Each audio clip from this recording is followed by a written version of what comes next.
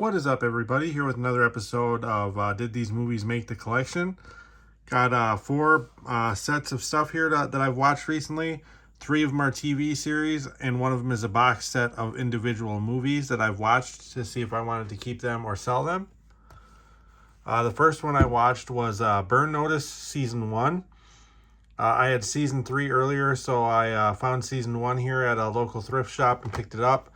Really liked this show. Found its footing probably midway through the first season here and then got really good. So very happy that I watched this show. Definitely worth checking out. It was on USA Network. I want to say it was for maybe 6 or 7 seasons. So now I have Season 1 and Season 3. So very happy to have found this show. Looking forward to watching more episodes of the show if I find more seasons, but I will definitely be keeping that one.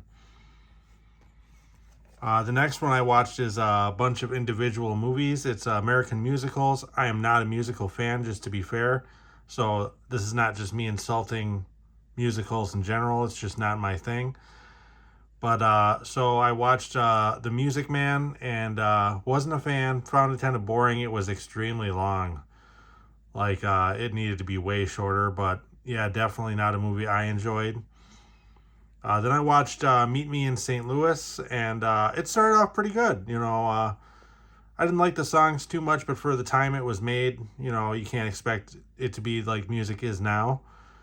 But once it got past the first, I'd say, act or first third of the movie, I lost interest real quick. It got really weird. I don't know. It started off great and just went downhill. And then the last one I watched was Seven Brides for Seven Brothers. Out of the three of these, it was probably the best one. Good story. The chemistry between the two main characters was good. The brothers is the supporting cast, and the story was just, it was a really nice story. The music didn't overtake the entire movie, but it was just a fun overall,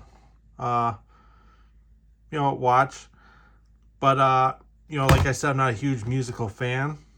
So I don't really think I would go back and watch Seven Brides for Seven Brothers again. So for that reason, I'm not going to keep this set just for the one movie that I might not go back and watch. I mean, comment down below if you think I'm making a mistake, but I think this one's going to go in the sell pile. The next one I watched was Lipstick Jungle Season 1. This is supposed to be from the same person who made Sex in the City. So I mean, this is a pretty good show. It's not great, but it's definitely not horrible. The three main actresses did a good job. It's the supporting cast that's kind of for me. But the one thing, this show only lasted 2 seasons from what I saw. And the one thing I can think that kind of drags it down, besides it just being on NBC, is its theme song. Let's say this is on right after Law and Order. Usually a theme song is what hooks people into watching the show. And this one really does not have a good theme song at all. So, I mean, I think that probably dragged it down a lot, especially on network television and depending on what night it was on and what it was going against. But, I mean, it's an overall solid show. I'm going to hold this on judgment on whether or not I'm going to keep it or not until I watch Season 2. But it's okay. Kim Rayford is really good in this show, so for that reason, I might keep it. And then lastly, I watched American Chopper, the second season. I absolutely love this show. I watched it back on Netflix back when one of my friends recommended that I watch this show. Not a big motorcycle fan at all, but I do love this show and the chemistry between all the people. I do realize a lot of it's scripted or over-exaggerated for television, but still really, really fun watch. I like watching him build the bikes and all the detail that goes into it. And then the arguments with his father, obviously, are always entertaining. But very solid show. I watched this all the way up until the senior versus junior build-offs and right before the show ended. But very good show. I was very happy to find Season 2 on DVD. I had to watch it to make sure the discs worked. Very happy they do. So I will definitely be adding that to the collection.